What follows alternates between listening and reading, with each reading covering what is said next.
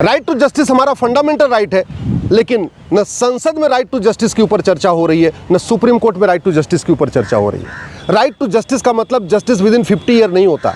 Right to justice का मतलब justice with in year होता है। राइट टू जस्टिस का मतलब 40 साल 50 साल के अंदर मुकदमे का फैसला नहीं। राइट टू जस्टिस का मतलब 1 साल के अंदर मुकदमे का फैसला, 1 साल के अंदर न्याय। लेकिन ये देश का दुर्भाग्य है, न जस्टिस विद इन ईयर के ऊपर संसद में चर्चा हो रही है, न जस्टिस विद इन ईयर के ऊपर सुप्रीम कोर्ट में चर्चा हो रही है। भारत में जितनी समस्याएं हैं, जितना अपराध है, जितनी अराजकता है, माओवाद, अलगाववाद, नक्सलवाद चल रहा है, उसका मूल कारण है कि लोगों में कानून का खौफ नहीं है। और कानून का खौफ इसलिए नहीं है कि जल्दी सज़ा नहीं होती। अगर जल्दी सज़ा होना शुरू हो जाए, प्रॉपर्टी जब्त होना शुरू हो जाए, नागरिकता खत्म होना शुरू हो जाए, आजीवन कारावास, फांसी मिलना शुरू हो जाए 1 साल के अंदर, तो ये सारे अपराध खत्म हो जाएंगे, सारी अराजकता खत्म हो जाएगी। भारत में घूसखोरी, कमीशनखोरी है, जमाखोरी, मिलावटखोरी है, क्योंकि न घूसखोरों को जल्दी सज़ा होती है, न जमाखोरों को जल्दी सज़ा होती है, न कमीशनखोरों को जल्दी सज़ा होती है, न बेनामी संपत्ति वालों को जल्दी सज़ा होती है, न आय से अधिक संपत्ति वालों को जल्दी सज़ा होती है। भारत में मिलावटखोरी है, कालाबाजारी है, मुनाफाखोरी है, क्योंकि एक तो हमारा कानून घटिया है और ऊपर से मुकदमा चलता है 30-40 साल के बाद में गवाह मुकर जाते हैं और फिर सबूत के अभाव में लोग बरी हो जाते हैं। भारत में गौ तस्करी चल रही है। भारत का संविधान कहता है गौ हत्या पे प्रतिबंध होना चाहिए, और भारत में दुनिया का सबसे ज़्यादा निर्यात भारत में हो रहा है गौ मांस का। सबसे ज़्यादा कत्लखाने भारत में खुले हुए हैं जहाँ गाय काटी जा रही है। और दुर्भाग्य तो ये कि बहुत सारे गौ तस्कर गायों का कारोबार करने वाले सांसद विधायक भी बन जाते हैं, पार्षद प्रधान भी बन जाते हैं। क्यों बन जाते हैं? क्योंकि ना एक तो हमारा कानून घटिया है और ऊपर से मुकदमे जो है 20 साल 30 साल 40 साल चलते रहते हैं। भारत में नशा तस्करी चल रही है, हमारी यंग जनरेशन बर्बाद हो रही है, और नशा तस्करी इसलिए चल रही है कि मुकदमे 20 साल 30 साल चलते हैं। भारत में हथियारों का कारोबार चल रहा है, अवैध हथियारों का कारोबार। भारत में जासूसी है, गद्दारी है, मक्कारी है, सीनाजोरी है, झपटमारी है, क्योंकि कानून का खौफ नहीं है। और कानून का खौफ इसलिए नहीं है कि मुकदमा 20 साल 30 साल 40 साल चलता रहता है, जबकि संविधान कहता है जस्टिस विद इन ईयर हमारा फंडामेंटल राइट है। राइट टू जस्टिस का मतलब जस्टिस विद इन ईयर है। राइट टू जस्टिस का मतलब जस्टिस विद इन 50 ईयर नहीं है, जस्टिस विद इन 30 ईयर नहीं है। राइट टू जस्टिस का मतलब जस्टिस विद इन ईयर है। भारत में जातिवाद है, भाषावाद है, क्षेत्रवाद है, पंथवाद है, और ये काम कर रहे नेता, और इसलिए करते हैं क्योंकि उनको पता है कि सज़ा तो होगी नहीं।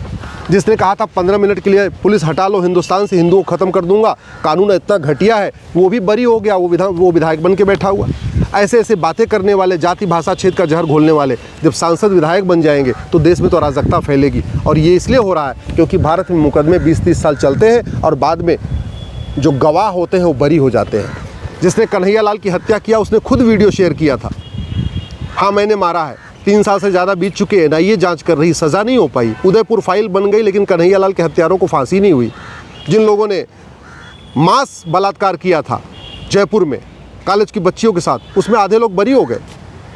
1984 में जिन्होंने सिखों का नरसंहार किया था, आज तक जगदीश टाइटलर को फांसी नहीं हुई। 1990 में जिसने कश्मीर में हिंसा किया था, बलात्कार किया था, हत्या किया था, उस यासीन मलिक को आज तक फांसी नहीं हुई। क्यों? क्योंकि तारीख पे तारीख चल रही है और अभी मामला डिस्ट्रिक्ट कोर्ट में चल रहा है। 1984 में जो सिखों का नरसंहार हुआ उसका मामला भी डिस्ट्रिक्ट कोर्ट में है। 1990 में जो हिंदुओं का नरसंहार हुआ कश्मीर में, उसका मामला भी डिस्ट्रिक्ट कोर्ट में, ट्रायल कोर्ट में है। 40 साल हो चुके हैं सिखों के नरसंहार के और 35 साल हो चुके हैं हिंदुओं के कश्मीर के नरसंहार के। अभी डिस्ट्रिक्ट कोर्ट में है, उसके बाद हाई कोर्ट, फिर सुप्रीम कोर्ट। भगवान जाने उसके बाद क्या होगा, सज़ा होगी या नहीं होगी, या सबूत के अभाव में बरी हो जाएंगे, ये तो भविष्य बताएगा। इसलिए मैं कहता हूँ justice with in year, justice for all, इसके ऊपर चर्चा होनी चाहिए। एक जुडिशल चार्टर लागू होना चाहिए, एक पुलिस चार्टर लागू होना चाहिए, एक एविडेंस चार्टर लागू होना चाहिए, एक सिटीजन चार्टर लागू होना चाहिए।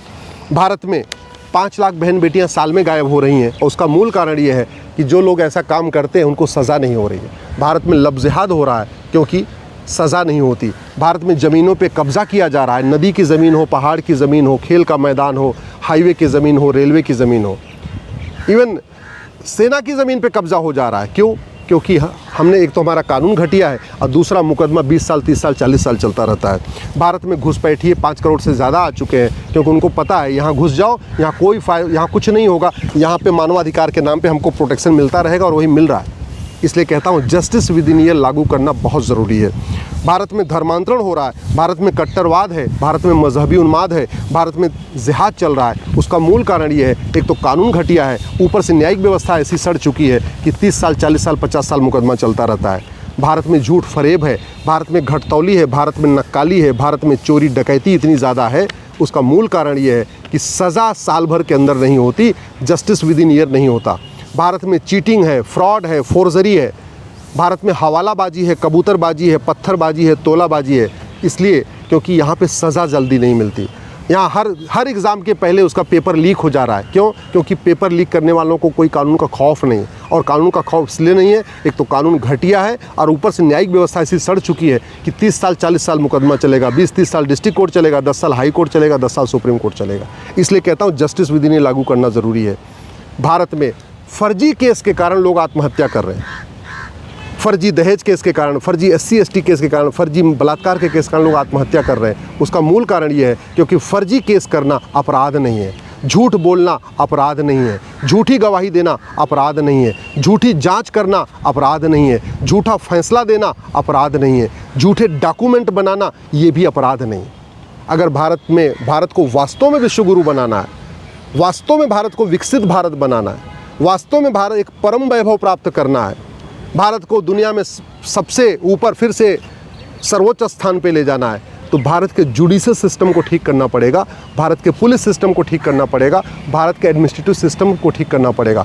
वर्तमान पुलिस सिस्टम, वर्तमान जो गुलामी का पुलिस व्यवस्था है, पुलिस सिस्टम है, जो गुलामी की प्रशासनिक व्यवस्था है और गुलामी की न्यायिक व्यवस्था, इसके चलते न भारत विकसित भारत बन पाएगा, न विश्वगुरु बन पाएगा, न परम वैभव को लक्ष्य प्राप्त हो पाएगा। अगर वास्तव में अगर भारत को बदलना है तो सबसे पहले अराजकता ख़त्म करना होगा, अपराध ख़त्म करना होगा, भ्रष्टाचार ख़त्म करना होगा। और इसका एक ही तरीका है, कानून कठोर हो और साल भर के अंदर सज़ा हो। भारत में ये जिस तरीके का पाखंड चल रहा है, जिस तरीके का यहाँ अंधविश्वास चल रहा है, जिस तरीके का झूठ के सहारे लोगों को गुमराह किया जा रहा है, इसका सब एक ही तरीका है, कानून कठोर हो और सज़ा 1 साल के अंदर हो। भारत में जितनी अराजकता फैला रहे हैं, इसमें ज़्यादातर अराजकता पॉलिटिशियन फैला रहे हैं, पार्षद बनने के लिए, प्रधान बनने के लिए, सांसद बनने के लिए, विधायक बनने के लिए। और वो क्यों फैलाते हैं? क्योंकि राजनीति सबसे ज़्यादा फ़ायदेमंद धंधा है। राजनीति फ़ायदेमंद धंधा है, 5 करोड़ लगाओ 50 करोड़ कमाओ। और ये राजनीति फ़ायदेमंद धंधा इसलिए है, एक तो कानून घटिया है, ऊपर से न्यायिक व्यवस्था ऐसी सड़ चुकी है कि मुकदमे चलते रहते हैं। 70,000 करोड़ का कॉमनवेल्थ घोटाला हुआ था, आज तक उसका किसी को आजीवन कारावास फांसी नहीं हुई। 1,76,000 करोड़ के 2G घोटाले में किसी को आजीवन कारावास फांसी नहीं हुआ। 1,76,000 करोड़ के कोयला घोटाले में किसी को आजीवन कारावास फांसी नहीं हुआ।